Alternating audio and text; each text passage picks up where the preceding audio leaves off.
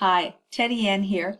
I wanted to do a quick video of week 3 review, and I wanted to do it via video because I wanted you to know that I wasn't just a grading robot, but I'm a real human being. So here we go. I want to take you through just briefly some of the key highlights from week 3. It was a big week. You had to do the Peregrine course, and that wasn't easy. I know, I did it too. But there was learning from that. There were the implications from the Facebook case that I want to talk into. And then I want to talk about Kant the philosopher and Bentham the mathematician, because I want you to understand some basic principles about deontology versus utilitarianism. It's easy to get caught up with the beautiful notion of greater good, but we need to dig a little deeper into what that actually means. So the Peregrine course, it is a great resource for zeroing in on what ethical leadership is. It leads us to see why ethical leadership sits squarely on the values and the consequent actions of the executive leaders. And it provides us some insights for how to process the Facebook case, especially when we think about this larger notion of corporate social responsibility. So let's look at the Facebook case.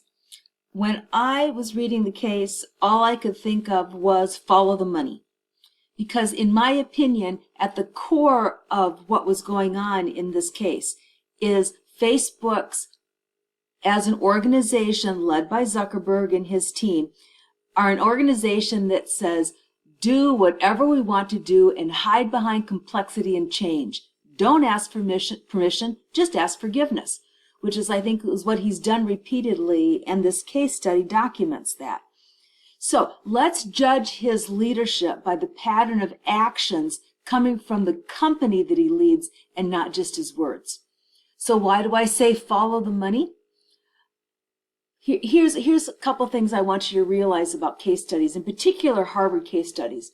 They are written with an abundance of details, and there's a purpose to that. They want to challenge students to make sure that they critically separate secondary information from the vital information.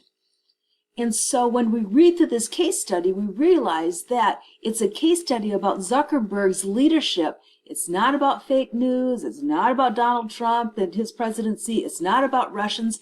It's not even about the challenges of rapidly advancing technology. This case study is about Zuckerberg's leadership and his ethical leadership. So why do I say follow the money? Here's what the bottom line is. It's the data that Facebook generates on its users that generates the ad revenue that allows Facebook to even exist. The platform is not some social connection gift to the world. It's there to make money. And the difference between social media advertising and traditional broadcast media, like on television or radio, is the specificity of the knowledge about the targeted audience. Facebook data is much more invasive in harvesting targeting data. Advertisers know this, and they're willing to pay big bucks for it. So here's the deal. Advertisers are also users of the platform. So as we think about greater good, how does their happiness or how does their good factor into the equation? So when I think about Facebook, one of the things I do realize, or I think they realize, is the consequences that they are facing now because they've been squandering social trust. They're really getting hammered in the European Union. They're starting to get hammered here in the United States. People are walking away from Facebook. They don't want to be on it anymore because they don't want their information to be monetized for Facebook's value. And I think one of the things that we need to recognize is that even if we as a society, put tons and tons of laws and regulations in place to contain Facebook and contain the use of our information, data about us, for the sake of privacy, all you're doing is you're creating a culture of compliance, legal compliance. That's not the same as creating a culture of ethics. And it's certainly not the same as creating a culture of ethical leadership. You're creating a culture of legal leadership, and that's not the same. So we've got to be careful about advocating for third-party responsibility, which is what the government would be. That's what Sarbanes-Oxley was all about when it was enacted in 2002.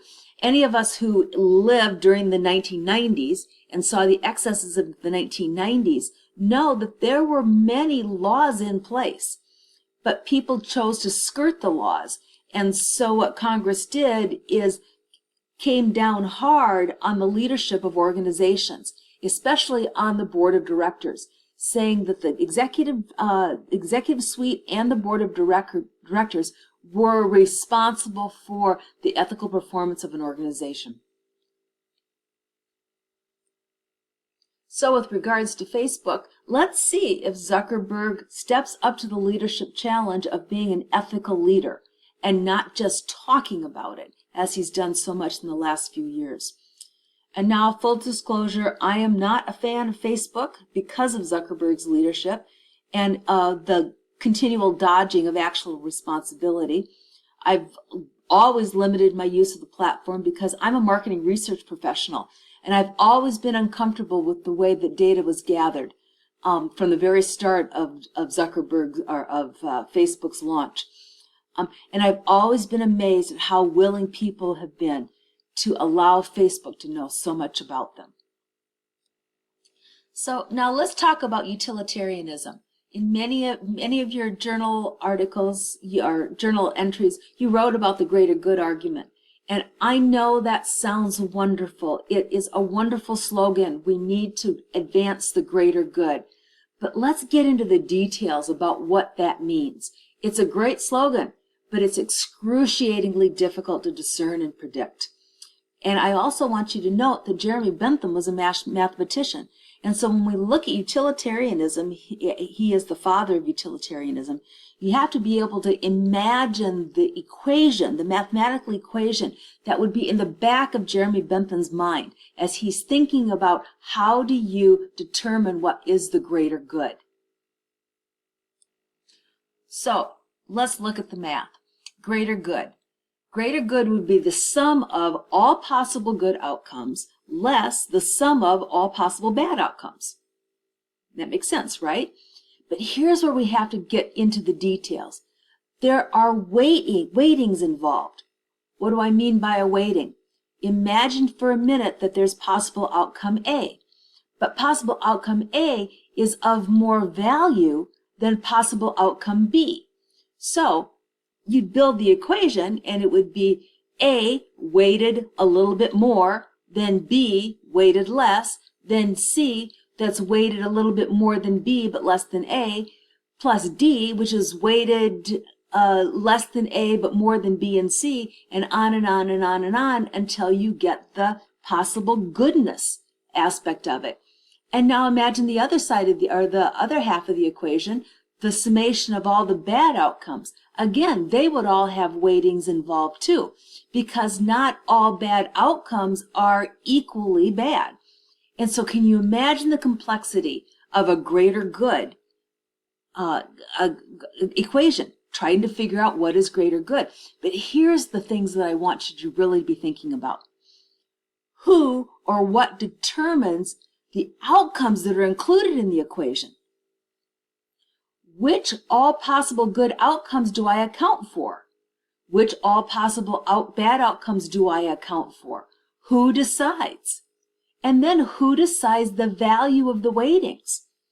Which outcomes are of more consequence than other outcomes, and to what degree?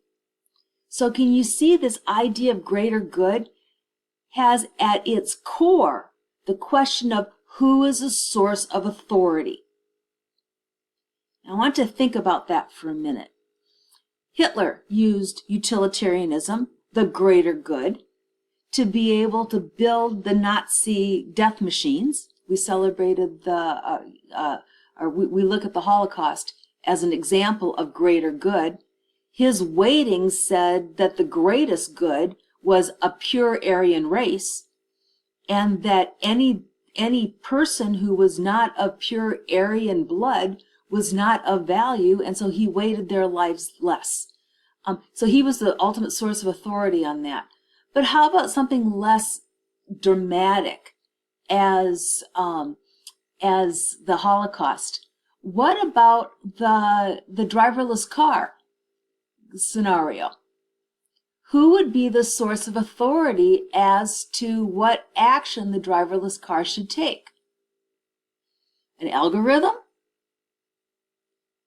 The driver? The individual people that could be harmed? Who is the source of authority? And then the other issue with utilitarianism of advancing the greater good is that how can a person predict all possible outcomes? That's the part about utilitarianism that always bothers me. How do I have a clear view of the future that I can easily predict what is going to happen in light of today's actions? With that said about utilitarianism, let's turn now to Kant and categorical imperatives. A categorical imperative would be a widely shared value that directs right action, Teddy Ann's definition. So from whence would these widely shared values come from? From whence? The biblical worldview would say that these widely shared values, these categorical imperatives, would come from natural law, as you learned a bit about natural law from Augustine and Aquinas, and then also because human beings are created in the image of God. And because they're created in the image of God, they have 4 very important characteristics that are characteristics of God himself. One is that we have reason. Human beings have reason. And an example of that is show me the porpoise that has developed land-going vessels that can study human beings. They don't exist. But yet humans have created ocean-going vehicles that have been able to study porpoises. There's a huge divide between the reason of humans and the reasons of other creatures. The second aspect about being created in the image of God is all human beings have an innate moral sense. We simply know right from wrong. And that's what Kant is grabbing on, is that deep inside us we know right from wrong. You read C.S. Lewis, and C.S. Lewis talked about that more eloquently than I am right now. The other aspect about human beings that are being created in the image of God is that we want to be in community. God is community as the triune God, and human beings want to be in community. So we're driven to be able to do things in community with one another. And then the fourth aspect about being created in the image of God is that humans have a spirit. And so we're able then to commune with God's spirit, and we're also then have an existence that's beyond our material body. So those are aspects about the biblical worldview that helps us feel more confident about categorical imperatives. But what if I'm a materialist? What if I'm an atheist? Can I look at categorical imperatives and see any value in that? Well, the materialist would say yes, absolutely, because human beings have evolved communal insights. And those evolved communal insights are what are the basis for our categorical imperatives. You heard that from the materialists from the first week. But here's my question. If humans are so evolved, and we've developed these categorical imperatives, we've developed these very complex societies, these very complex cultures, we've developed ways to be in society in community with one another, why is there a constant struggle to contain harmful actions? Pause on that for just a minute. Why, if we are so evolved to be in community, is there the constant struggle to contain harmful actions? We've watched the laws written on the books in state and federal jurisdictions to skyrocket. They've grown exponentially in the last 20 years. Why is that? Why do we need so many laws to contain harmful actions done by human beings?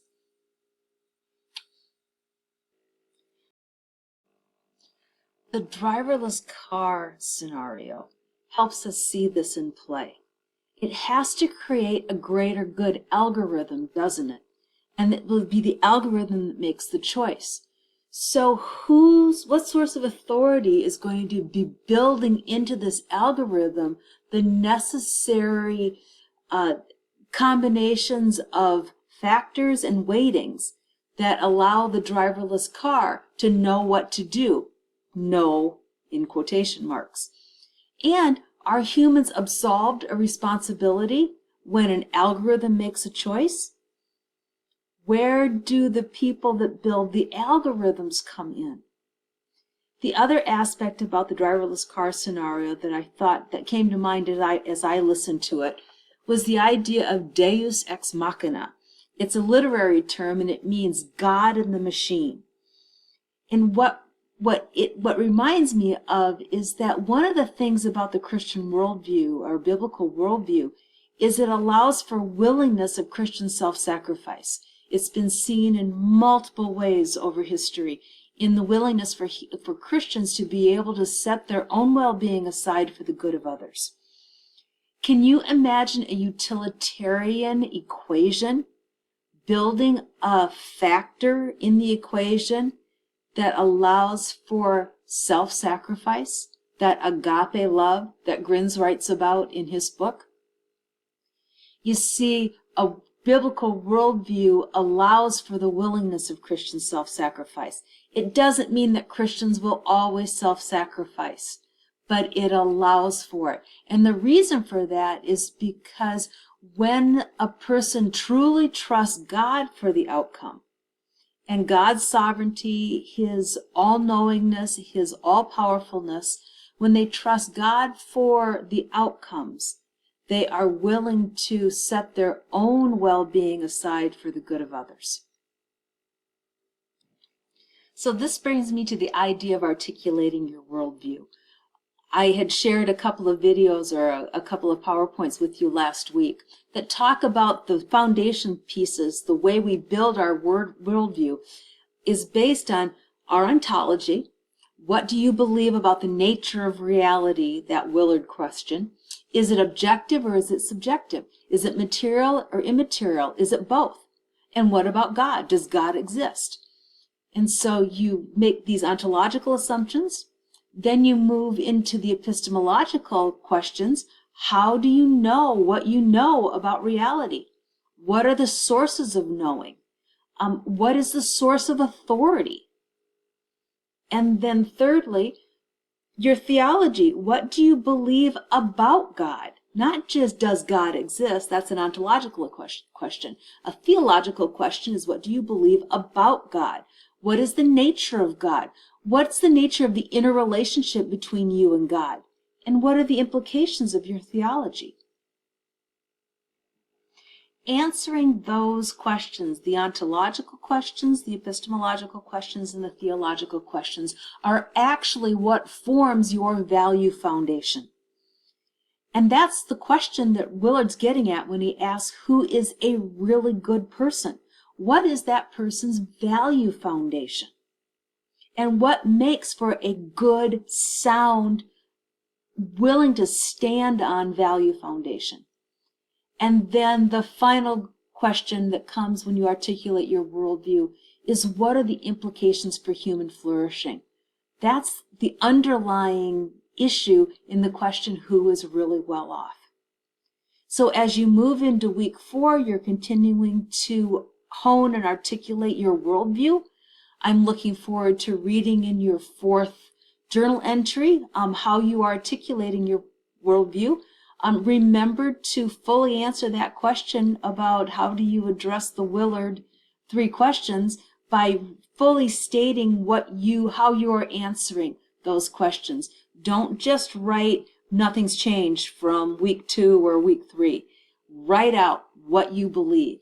Your ontology, your epistemology, your theology, what's your value foundations, and what are the implications of your value foundation.